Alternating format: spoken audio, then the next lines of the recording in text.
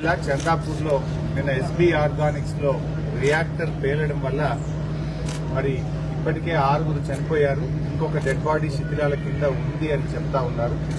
చాలా మంది కూడా గాయపడ్డారు. ఇది సంఘటన జరగడం చాలా దురదృష్టకరం.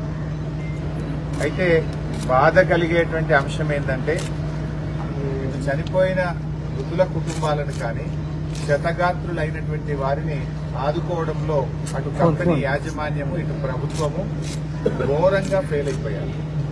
నేను ఈరోజు నిన్న సంఘటన తెలవగానే గౌరవ శాసనసభ్యురాలు సుత్తా లక్ష్మారెడ్డి గారు సంఘటనా స్థలానికి వెళ్లి అధికారులందరితో కూడా మాట్లాడి యాజమాన్యంతో కూడా వారు మాట్లాడి సూచనలు ఇచ్చారు.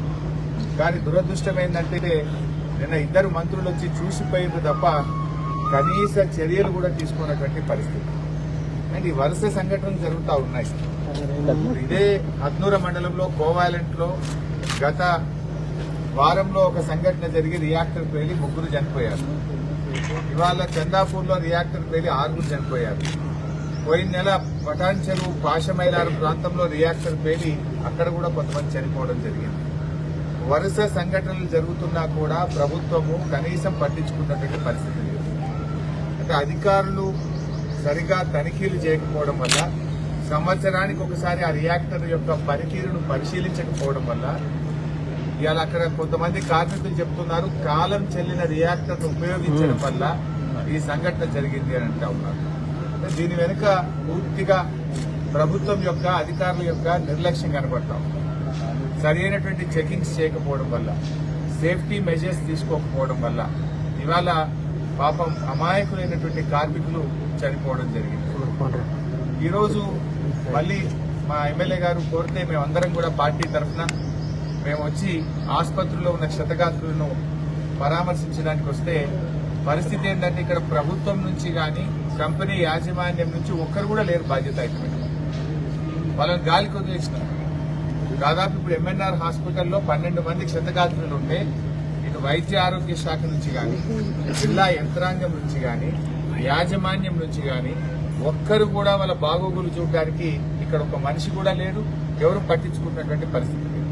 వాళ్ళని మేము మాట్లాడినప్పుడు ఆందోళనలో ఉన్నారు. పాపం కొంతమంది ఇతర రాష్ట్రాల వాళ్ళు, కర్ణాటక, బీహార్, ఆంధ్రప్రదేశ్, ఇతర రాష్ట్రాల వాళ్ళు ఉన్నారు.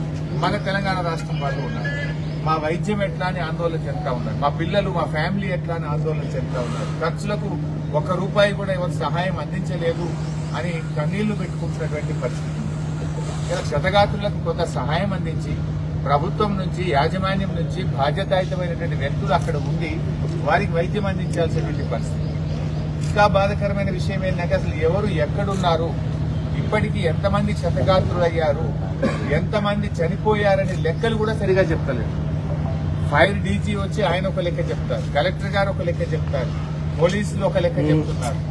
చనిపోయిన వారి వివరాలు కానీ, ఎవరు ఏ హాస్పిటల్లో ఉన్నారు, ఎవరు ఎక్కడికి వెళ్లారు, క్షతగాత్రులు ఎందరున్నారో కూడా ఎవరిని అడిగినా సరిగా చెప్పనటువంటి పరిస్థితి ఉంది.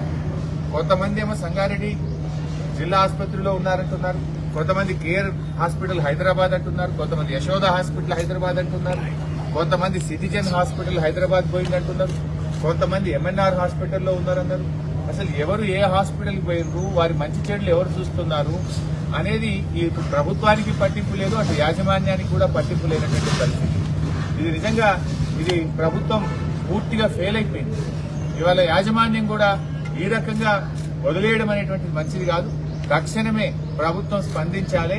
యాజమాన్యం మీద, బాధ్యుల మీద క్రిమినల్ కేసులు పెట్టి కఠినమైనటువంటి చర్యలు తీసుకోవాల్సినటువంటి అవసరం ఉంది. అంతేకాకుండా చనిపోయినటువంటి కుటుంబాలకు కనీసం ₹50 లక్షల ఎక్స్గ్రేషియా తక్షణమే అందించాలని, క్షతగాత్రులకు ₹25 లక్షల చొప్పున ఎక్స్గ్రేషియా అందిస్తూ వారి కుటుంబాలకు ప్రభుత్వ ఉద్యోగం ఇవ్వాలని చెప్పి బీఆర్ఎస్ పార్టీ పక్షాన్ని డిమాండ్ చేస్తా ఉన్నాం. ఈరోజు వారి వైద్యం, మరి వారికి అవసరమైనటువంటి వైద్యాన్ని మరి ప్రభుత్వము కలిసి భరించాలని చెప్పి కూడా వారికి మంచి వైద్యం. ఒక వ్యక్తి చనిపోతే ఆయన డెడ్ బాడీని తమిళనాడుకు ఎలా తీసుకుపోవాలని చెప్పి ఆయన భార్య కంపెనీ ముందు రోధిస్తా ఉన్నది. కొద్ది నిమిషాల క్రితం ఆమె నిర్లక్ష్యం కనబడ్డది. గ్రామస్తులందరూ కలిసి రాత్రంతా కుటుంబ సభ్యులందరూ కలిసి రమేష్ ఎక్కడున్నాడని వెతికి శిథిలాల్లో నుంచి అర్ధరాత్రి పూట ఆ డెడ్ బాడీని బయటకు తీసుకున్నటువంటి పరిస్థితి ఉంది. పోలీస్ అధికారులు కూడా ఆందోళనలో ఉన్నటువంటి కుటుంబ సభ్యుల మీద దురుసుగా ప్రవర్తించడం, లాఠీ చార్జ్ చేయడం, ఇది ఎక్కడి పద్ధతి అని నేను అడుగుతా ఉన్నాను. సహాయక చర్యలు చేసి మనోధైర్యాన్ని అందించి మంచి వైద్యాన్ని అందించాల్సినటువంటి వాళ్ళు పైగా దురుసుగా ప్రవర్తించి వాళ్ళ మీద లాఠీ చార్జ్ చేసినటువంటి సంఘటనను తీవ్రంగా మేము ఖండిస్తా ఉన్నాం. ఇలాంటి సమయంలో, దుఃఖంలో ఉన్న సమయంలో ఆదుకోవాలి, అండగా నిలవాలి, బాధ్యులమైన కఠినమైన చర్యలు తీసుకోవాలి, ప్రాణాలు కాపాడే ప్రయత్నం చేయాలి. మేము జిల్లా వైద్య ఆరోగ్య శాఖ అధికారులను అడిగితే అసలు ఎంతమంది గాయపడ్డారు, ఏ ఆసుపత్రుల్లో ఉన్నారంటే లెక్క చెప్పలేని పరిస్థితి ఉన్నది. ఇదేం పద్ధతి అండి? అందరినీ ఒక దగ్గర చేర్చి అవసరమైన వాళ్ళను ఇంకా వాళ్ళకి మెరుగైనటువంటి వైద్యం కోసం హైదరాబాద్ పంపించి వైద్యం అందించాలి. ఒక్కొక్కరు ఒక్కొక్క హాస్పిటల్లో ఉన్నారు. ఎవరు ఎక్కడికి పోయినరు, ఎవరు ఏ హాస్పిటల్లో వైద్యం పొందుతున్నారని అటు జిల్లా అధికారులకు పట్టి లేదు, ఇటు కంపెనీ యాజమాన్యానికి కూడా పట్టి లేనటువంటి పరిస్థితి ఉంది. తక్షణమే మొత్తం ఒక టీంను ఏర్పాటు చేసి ఎవరెవరు ఏ హాస్పిటల్లో వైద్యం పొందుతున్నారో చూసి వాళ్లకు సహాయకులను ప్రభుత్వం నుంచి, కంపెనీ నుంచి పెట్టి పూర్తి వైద్యాన్ని ఉచితంగా ప్రభుత్వం తరఫునే అందించాలని చెప్పి కూడా మేము డిమాండ్ చేస్తా ఉన్నాం. సో ఇప్పటికైనా ప్రభుత్వం మేల్కొనాలి. ఏదో మంత్రులు వచ్చి చూసి కంటి తుడుపు చర్యలు కాదు, ఆదుకోండి. ఆపదలో ఉన్నటువంటి వాళ్ళను ఆదుకునే బాధ్యత మీ మీద ఉంది. ఇలా ఆసుపత్రిలో కొంతమంది మేము మాట్లాడిస్తే ఖర్చులకు డబ్బులు లేవు అని ఆందోళన చెందుతా ఉన్నారు. కనీసం మినిమం ఎక్స్పెండిచర్ 5,000, 10,000 ఏదైనా వాళ్ళకు గాయపడేటువంటి వాళ్ళకు తక్షణ సహాయం అన్నా చేయాలి కదా. ఆ మాత్రం కూడా సహాయం చేయలేని పరిస్థితుల్లో ఉన్నారు. బీఆర్ఎస్ పార్టీ పక్షాన మన తెలంగాణ రాష్ట్రంలో ఎవరైతే చనిపోయి ఉన్నారో వారికి మేము ఆర్థిక సహాయం కూడా అందిస్తాం, తగిన సహాయం కూడా చేస్తాం. క్షతగాత్రులకు కూడా మా పార్టీ నాయకుల దగ్గరుండి వారికి అన్ని సహాయక చర్యల్లో కూడా మా వంతు సహకారాన్ని కూడా మేము అందిస్తాం. వాళ్ళకింత టిఫినో, భోజనమో, మినిమం మందులు కొనుక్కోవడానికి ఏదైనా తక్షణ సహాయమో ఇలాంటివి కూడా మీరు చేయకపోవడం అనేటువంటిది ఇది చాలా చాలా బాధాకరం. ప్రభుత్వం ఇప్పటికైనా కళ్ళు తెరిచి వీళ్ళని ఆదుకోవాలని చెప్పి మేము డిమాండ్ చేస్తా ఉన్నాం.